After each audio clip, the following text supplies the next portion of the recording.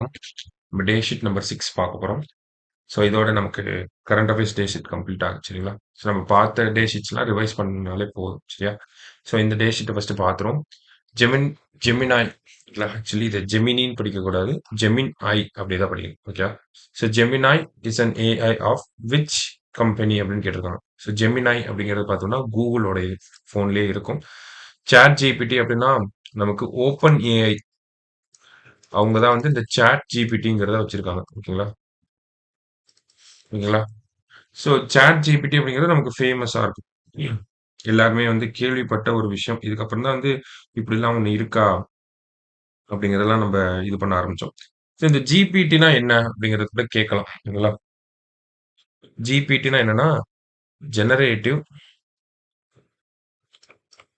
Pre trained transformer. நமக்கு என்ன அடிக்கடி இந்த ஃபுல் ஃபார்ம்லாம் எழுத சொல்லிட்டு இருக்கிறாங்க. அதுல வந்து செக் வைக்கிறாங்க இல்லையா? மேபி கேட்கலாம், இல்ல தெரிஞ்சுக்கலாம். அவ்வளவுதான். Generative pre trained transformer. அதான் சாட் ஜிபிடி அப்படி சொல்றாங்க. ஓகேவா? சரி. அடுத்தது. ISRO is set to launch XPoSat satellite on January 1, 2024ல லான்ச் பண்ணியிருப்பாங்க. ஓகேங்களா? ஸோ எக்ஸ்போசாட்டோட பொறுத்த வரைக்கும் பார்த்தோம்னா, நமக்கு 2 பேலோட் அது இல்லாம இந்த வருஷத்தோட ஃபர்ஸ்ட் பேலோடு ஐ மீன் லான்ச் இதுதான். ஓகேங்களா? பிஎஸ்எல்வி C58ல லான்ச் பண்ணியிருப்பாங்க. பிஎஸ்எல்வி C58ல லான்ச் பண்ணியிருப்பாங்க. போலிக்ஸ் அண்ட் எக்ஸ்பெக்ட் அப்படிங்கிற 2 பேலோட்ஸ் வந்து இருந்திருக்கும். சரிங்களா? ஸோ எக்ஸ்போசாட். அடுத்தது. Which of the following payload of Aditya L1 capture images of sun in ultraviolet wavelengths? பின்வருவனவற்றில் Aditya L1 இன் எந்த பேலோட் புற ஊதா அலைநீளத்தில் சூரியனை படம் பிடித்துள்ளது அப்படின்னு பார்த்தோம்னா சூட் அப்படிங்கிற பேலோட். ஏன்னா ஆதித்யா L1 பொறுத்த வரைக்கும் வந்து 10 பேலோட் இருக்கும். அதுல சூட் அப்படிங்கிற பேலோட் தான் இந்த வேலையே பண்றது. சரிங்களா?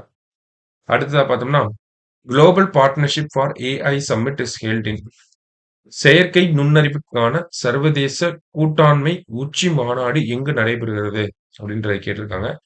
ஸோ எங்க நடைபெற்றுச்சு அப்படின்னு பார்த்தோம்னா நியூ டெல்லியில தான் நடந்துச்சு. Global partnership for AI summit December மாசம் நடந்தது. சரிங்களா? அடுத்தது.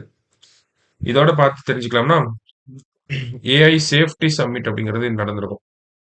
அதை பத்தி நம்ம பின்னாடி பார்ப்போம். அது லண்டன்ல பிளெட்ச்லி அப்படிங்கிற பகுதியில் நடந்தது. சரிங்களா? அதை பத்தி நம்ம பார்ப்போம். சரியா? அடுத்தது. National space day is observed on தேசிய விண்வெளி தினம் எப்போது அனுசரிக்கப்படுகிறது அப்படின்னு பார்த்தோம்னா ஆகஸ்ட் 23. ஏன் அப்படின்னு பார்த்தோம்னா நமக்கு சந்திராயனுடைய அந்த சந்திராயன் 3 அது பார்த்தோம்னா நமக்கு நிலவினுடைய தென் துருவத்துல ஆகஸ்ட் 23, 2023 அப்போ போய் தரை இறங்கியிருக்கும். ஸோ அதை கௌரவிக்கும் வகையில ஆகஸ்ட் 23 அப்படிங்கிறது நம்ம நேஷனல் ஸ்பேஸ் டேவை கொண்டாடுறோம். அடுத்தது. அடுத்ததா பார்த்தோம்னா India's first AI center of excellence will be set up in அப்படின்னு கேட்டிருக்காங்க. இந்தியாவின் செயற்கை நுண்ணறிவு மையம் எங்கு அமைக்கப்பட உள்ளது அப்படின்னு கேட்டிருக்காங்க. செயற்கை நுண்ணறிவு மையம் ஏஐ சென்டர் ஆஃப் எக்ஸலன்ஸ் அப்படிங்கிறது பூனேல வரப்போகுது. சரிங்களா? ஏஐ சென்டர் ஆஃப் எக்ஸலன்ஸ் அப்படின்னா பூனே. ஏஐ சம்மிட் அப்படிங்கிறது டெல்லி. எக்ஸலன்ஸ் சென்டர் ஆஃப் எக்ஸலன்ஸ்னா பூனே. இன்னொரு சென்டர் ஆஃப் எக்ஸலன்ஸ் பார்த்துப்போம். Global south centre of excellence. Okay, center of excellence அப்படிங்கிறதும் சமீபத்துல நம்ம ஓபன் பண்ணதுதான். ஓகேங்களா? எங்கன்னா அதுக்கு பேர் வந்து தக்ஷின் அப்படின்னு வச்சிருக்காங்க. தக்ஷின். அதாவது இந்தியாவை வந்து குளோபல் சவுத்தோட லீடர் அப்படின்னு நம்ம சொல்லிட்டு இருக்கோம். இந்தியா தான் குளோபல் சவுத் சம்மிட் அப்படிங்கறதெல்லாம் இந்தியா தான் நடத்திட்டு இருக்காங்க. ஓகேங்களா? இந்த குளோபல் சவுத் சம்மிட் அதோட முதல் முறையா நடக்கப்பட்ட சம்மிட்ல இந்தியா ப்ராமிஸ் பண்ண ஒரு விஷயம் தான் global south centre of excellence அப்படிங்கிறது. அதுக்கு நம்ம பிரதமர் என்ன பேர் வச்சிருக்காருன்னா தக்ஷின்னு சொல்லி பேர் வச்சு எங்க தொடங்கி வச்சிருக்காருன்னா நியூ டெல்லியில தொடங்கி வச்சிருக்காரு. சரிங்களா? இப்போ இதெல்லாம் நமக்கு முக்கியமான விஷயம். இந்தியாவோட கரண்ட் ஸ்டேட்டஸ் வச்சு பாக்குறப்ப.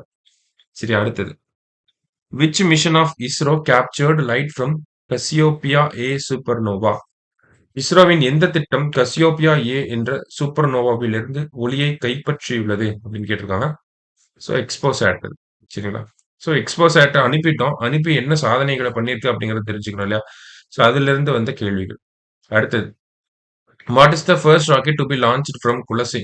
குலசேகரப்பட்டினத்தில ஒரு ஒரு ராக்கெட் ஏவுதளம் அமைக்கக்கூடிய பணிகள் தொடங்கி வைக்கிறதுக்காக பிரதமர் வந்திருப்பார். வந்தப்ப எக்ஸ்பெரிமெண்டல் பேசிஸ்ல ரோஹிணி சவுண்டிங் ராக்கெட் அப்படின்னு சொல்லுவோம். ஸோ அந்த ரோஹிணி ராக்கெட்ட வந்து லான்ச் பண்ணியிருப்பாங்க. சரியா?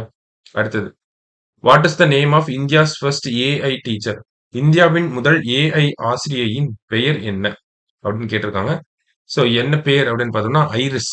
சரிங்களா? இந்தியாஸ் ஃபர்ஸ்ட் ஏஐ டீச்சரோட நேம் என்ன அப்படின்னா ஐரிஸ். சரியா? கேரளால அறிமுகப்படுத்தி இருப்பாங்க. பார்த்திருப்பீங்க அது. ஓகேவா? கேரளால வந்து. Agni 5 missile is capable of hitting targets up to how many kilometre? Agni 5 அக்னி 5 ஏவுகணை எத்தனை கிலோமீட்டர் தொலைவு வரையிலான இலக்குகளை குறிவைத்து தாக்கும் திறன் பெற்றது அப்படின்னா 5000. அதாவது இந்த அக்னி 5 பொறுத்த வரைக்கும் கேள்வி கேட்டாங்கன்னா நிகர் சாஜி ப்ராஜெக்ட் டைரக்டரா இருந்தாங்க. சரிங்களா? மத்தபடி பார்க்குறப்ப இதுல ஒரு டெக்னாலஜி யூஸ் பண்ணாங்க. என்ன டெக்னாலஜி அப்படின்னு பார்த்தோம்னா எம்ஐஆர்வி அப்படிங்கிற டெக்னாலஜி. அது என்ன எம்ஐஆர்வி அப்படின்னா மல்டிபிள் இண்டிபெண்டன்ட்லி ரீயூசபிள் வெஹிக்கிள் அப்படின்னு சொல்லி வரும். சரிங்களா? ஸோ இந்த எம்ஐஆர்வி தொழில்நுட்பத்தை பத்தி தான் நம்ம தெரிஞ்சுக்கணும் மேஜரா. என்னன்னா நமக்கு ஒரு மிசைல் இருக்கு அப்படின்னு பார்த்தோம்னா இந்த மிசைல்ல ஒரு குண்டு தான் நம்ம இருக்கும். அந்த ஒரு குண்டு டைரக்டா போய் ஒரு இலக்கை தான் வந்து அட்டாக் பண்ணும். ஆனா இந்த எம்ஐஆர்வியை பொறுத்த வரைக்கும் பார்த்தோம்னா ஒரு மிசைல் தான். ஆனா இதுல மல்டிபிள் வார் ஹெட்ஸ் அப்படிங்கிறது இருக்கும். இல்ல நிறைய குண்டுகள் அப்படிங்கிறத நம்மளால வைக்க முடியும். ஸோ இந்த ஒவ்வொரு குண்டும் ஒவ்வொரு இடத்துல போய் அட்டாக் பண்ணும். ஓகேங்களா? ஐ ஹோப் இது புரியும்னு நினைக்கிறேன். நார்மலா இருக்கிறது ஒரே ஒரு மிசைல், ஒரே ஒரு குண்டு. அந்த ஒரு குண்டு ஒரே ஒரு இலக்க போய் தான் அட்டாக் பண்ணும். ஆனா இந்த அக்னி 5ல எம்ஐஆர்வி அப்படிங்கிற டெக்னாலஜியை பயன்படுத்தியிருக்காங்க. அதுல ஒரே மிசைல், பல்வேறு குண்டுகள், ஒவ்வொரு குண்டும் ஒவ்வொரு இடத்த போய் அட்டாக் பண்ண முடியும். அதுவும் அதோட கெப்பாசிட்டி பாருங்க 5000 கிலோமீட்டர். ஓகேவா? ஸோ அப்ப இதுதான் இந்த அக்னி 5யோட சிறப்பம்சம் அப்படிங்கிறது. எம்ஐஆர்வி டெக்னாலஜி கொண்டு வந்தது தான். அப்ப எம்ஐஆர்வி டெக்னாலஜி எதுல பயன்படுத்தப்பட்டிருக்கு அப்படின்னு கேட்டா கூட நமக்கு தெரியணும். அக்னி 5ல தான் பயன்படுத்தியிருக்காங்க. அக்னியில எந்த வேரியன்ட்னா அக்னி 5ல தான். சமீபத்துல தான் பண்ணியிருக்காங்க. சரியா? அடுத்தது. DRDO is actively working on developing various different related missiles under which project? எந்த திட்டத்தின் கீழ் பாதுகாப்பு தொடர்பான பல்வேறு ஏவுகணைகளை உருவாக்குவதில் டிஆர்டிஓ முனைப்புடன் செயல்பட்டு வருகிறது அப்படின்னு பார்த்தோம்னா திவ்யாஸ்திரா. இந்த திவ்யாஸ்திரா திட்டத்துக்கு கீழே தான் அக்னி 5யோட சோதனையே நடைபெற்றும். சரிங்களா? அடுத்தது. ISRO successfully tested the landing mission of the reusable launch vehicle. What is it called? ISRO வெற்றிகரமாக சோதித்த மறுபயன்பாட்டு விண்கலத்தின் பெயர் என்ன அப்படின்னா புஷ்பக். ஓகேங்களா? இதெல்லாம் டைரக்ட் கொஸ்டின். புஷ்பக் அப்படிங்கிறது ரீயூசபிள் லான்ச் வெஹிக்கிள்.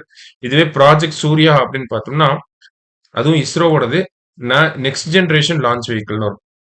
ஓகேங்களா? புஷ்பக்னா ரீயூசபிள், ப்ராஜெக்ட் சூர்யானா நெக்ஸ்ட் ஜெனரேஷன் லான்ச் வெஹிக்கிள். சரிங்களா?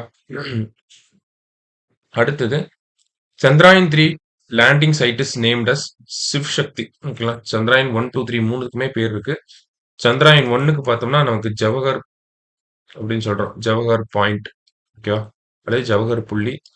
சந்திராயன் 2க்கு பார்த்தோம்னா நம்ம திரங்கா அப்படின்னு சொல்றோம்.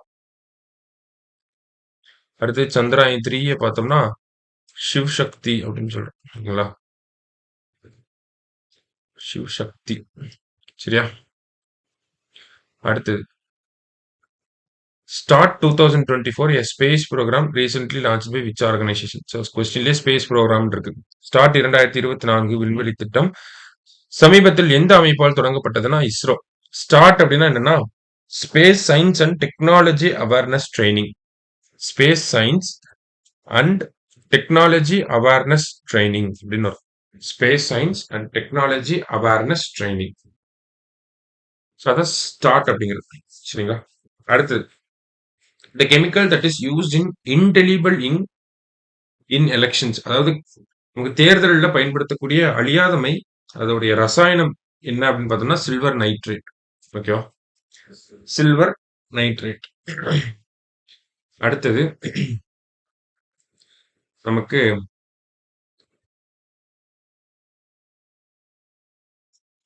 பிளட்ச்லி டிக்ளரேஷன் டீல்ஸ் வித் அப்படின்னு கேட்டிருக்காங்க. ஸோ பிளட்ச்லி டிக்ளரேஷன் அப்படிங்கிறது ஒரு முக்கியமான விஷயம். என்ன அப்படின்னு பார்த்தோம்னா Bletchley declaration global AI safety submit.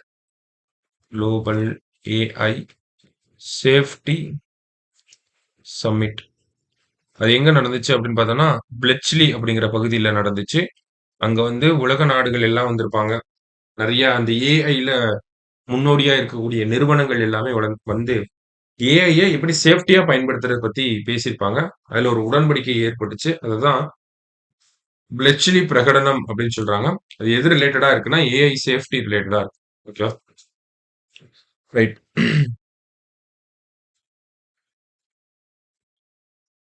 Which startup launched world's first rocket with a 3D printed engine? 3D அச்சிடப்பட்ட இன்ஜினுடன் உலகின் முதல் ராக்கெட்டை ஏவிய ஸ்டார்ட் அப் எது அப்படின்னு கேட்டிருக்காங்க. ஸோ இதை பொறுத்த வரைக்கும் பார்த்தோன்னா நமக்கு அக்னிகுல் காஸ்மோஸ் அப்படிங்கிறது அந்த கம்பெனி பேர். Start up company Agnikul Cosmos. இவங்க வந்து அக்னிபான் அப்படிங்கிற ஒரு ராக்கெட்டை வந்து உருவாக்கியிருக்காங்க. ஓகேங்களா? அக்னிபான் ராக்கெட். இவங்களோட ராக்கெட்ல பயன்படுத்தப்பட்ட அக்னி லெட் அப்படிங்கிற இன்ஜின் தான் நமக்கு கேள்வியில வந்திருக்கு. இதுதான் world's first 3D printed engine. ஓகேவா? அக்னிலெட் அப்படிங்கிறது தான் world's first 3D printed engine. இதோட பேர் தான் அக்னிலெட். சரிங்களா? அடுத்தது The software developed by ISRO for aerodynamic design and analysis என்ன அப்படின்னு பார்த்தோம்னா Pravaha. India France infrared earth satellite is named as அப்படின்னு கேட்டிருக்காங்க. ஸோ அதனுடைய பெயர் என்ன அப்படின்னு பார்த்தோம்னா கிருஷ்ணா. சரிங்களா? கிருஷ்ணா அப்படின்னு சொல்லி பெயர் வச்சிருக்காங்க. இந்தியா பிரான்ஸ் அப்படின்னு வந்துச்சுன்னா கிருஷ்ணா. இதுல பேர் ஞாபகம் வச்சுக்கிட்டா போதும் இருக்கலாம். What is the name of India's first indigenously developed drone? உள்நாட்டு தொழில்நுட்பத்தில் உருவாக்கப்பட்ட இந்தியாவின் முதல் ட்ரோனின் பெயர் என்ன அப்படின்னு பார்த்தோம்னா நாகாஸ்திரா 1. ஓகேங்களா? நாகாஸ்திரா 1. அடுத்தது which Indian astronaut will go to international space station? நமக்கு ககன்யான் திட்டத்துக்காக ஒரு 4 பேர் செலக்ட் பண்ணி வச்சிருக்கோம். பிரசாந்த் பாலகிருஷ்ணன் நாயர், அஜித் கிருஷ்ணன், அங்கத் பிரதாப், சுபான்சு சுக்லா அப்படின்னு சொல்லி. இதுல சுபான்சு சுக்லா அவர்களை சர்வதேச விண்வெளி மையம் செல்வதற்காக இந்தியா தேர்ந்தெடுத்து அமெரிக்காவுக்கு பயிற்சி பெறுவதற்காக அனுப்பி வச்சிருக்காங்க. ஸோ அவருக்கு உடம்பு எதுவும் முடியாம போயிருச்சுன்னா அவருக்கு பதிலாக யாரை செலக்ட் பண்ணியிருக்காங்கன்னா ஃபர்ஸ்ட் ப்ரையாரிட்டி சுபான்சு சுக்லா. அவருக்கு ஏதாவது ஆயிடுச்சு அப்படின்னா பிரசாந்த் பாலகிருஷ்ணன் நாயர் அதுக்கு போவார். சரிங்களா?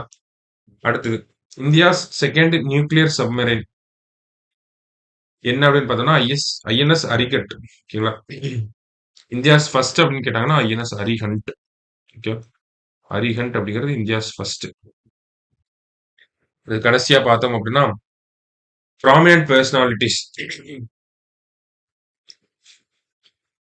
Major Dhyan Chand Khel Ratna award for 2023 யாருக்கு கொடுத்திருக்காங்க அப்படின்னு பார்த்தோம்னா தியான்சந்த் கேல் ரத்னா அவார்டு அப்படிங்கிறது சாத்விக் மற்றும் சிராக் இவர்களுக்கு தான் கொடுத்திருக்காங்க. அடுத்தது which woman from Tamil Nadu will get Arjuna award for 2023? தமிழகத்தை சார்ந்த எந்த பெண்மணி 2023க்கான அர்ஜுனா விருது பெறுகிறார் அப்படின்னா வைஷாலி. செஸ் வீராங்கனை வைஷாலி. சாஸ்திரா ராமானுஜம் பரிசு 2023 யாருக்குன்னா லூயிசியாங் ஜாங் அப்படிங்கிறவர். அடுத்தது first Tamil woman to climb Mount Everest. Everest சிகரத்தில் ஏறிய முதல் தமிழ் பெண் முத்தமிழ் செல்வி. ஓகேங்களா?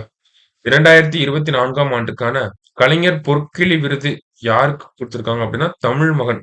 நாவல் கேட்டகரியில தமிழ் மகன் அவர்களுக்கு. 4 ஸ்டார்ஸ் ஆஃப் டெஸ்டினி யாரோட ஆட்டோபயோகிராஃபினா மனோஜ் முகுந்த் நாராவானே அப்படிங்கிற general military general Manoj Mukund நாராவானே.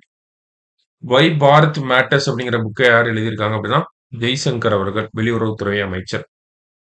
அடுத்ததா பார்த்தோம்னா who has been awarded as the Saraswati Samman award for the year 2023?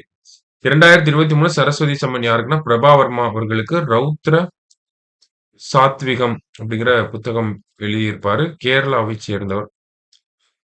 Peter Higgs won the Nobel prize for physics in which year? இயற்பியலுக்கான நோபல் பரிசை வென்றார் அப்படின்னு பார்த்தோம்னா 2013ல. இவர்தான் இந்த ஹிக்ஸ் போசான் தியரி.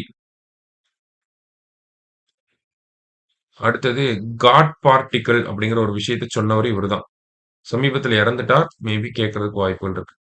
அடுத்தது the memoir knife was written by Salman Rushdie. ஓகேங்களா?